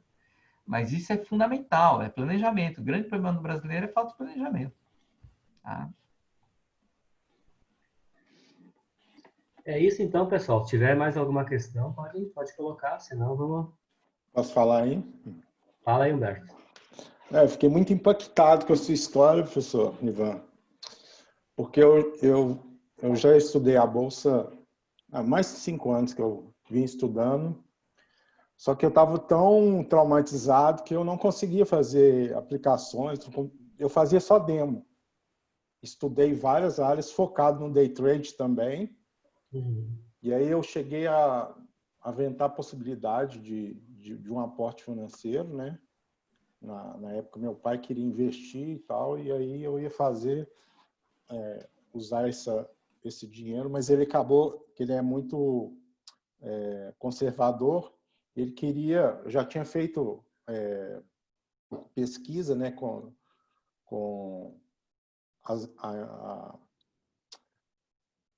a empresa que faz, esqueci o nome. Corretoras? Corretoras, exato. E aí tinha feito o profissional lá que né, disponibilizava a gestão, né, dava as dicas, já tinha feito lá uma carteira para mim e tal, e aí chegou na hora ele não quis porque ele achava que ele tinha que ir pessoalmente e tal, né, e acabei não fazendo. Mas eu estudei mais de 5 anos, estava bem focado assim em day trade. E aí você falou também dessa área, dessa coisa da religião. Eu fiz uma consciência terapia e ali foi colocada a questão do mecenas, que é parecido, né? Uhum. De não preocupar com dinheiro, e aí eu identifiquei isso também em mim, né? Do mecenas. Aliás, na consciência terapia que eles me colocaram, né? Estava escancarado. Porque eu comecei a pintar, eu tinha 10 anos de idade, né? E aí, só que na hora da consciência terapia eu não falei nada disso, era uma coisa ao longo da minha vida, isso é muito claro, né? Comecei a pintar com 10 anos. E aí eles falaram, vem cá, esse negócio da arte. E eu não tinha falado nada de arte, né? Então isso também apareceu. Também tive várias empresas assim e todas deram errado. Tive vários problemas. Tomei cano no carro e eu trabalhava... eu resolvi empreender, né? Aí vai de conta um pouquinho do que a Menin falou ali. E aí eu resolvi ler aquele livro Pai Rico e Pai Pobre, e aquilo ali que me despertou, né? Eu virei a chave, assim, e resolvi estudar mercado financeiro por causa disso. Porque parecia que eu já tinha lido aquele livro ou ele tinha sido escrito para mim, né? Porque eu morei em outros países e lá a cultura financeira é completamente diferente da nossa. Só que para mim foi muito tranquilo. É como se eu já houvesse passado por aquilo, alguma coisa assim, né? Foi muito normal para mim.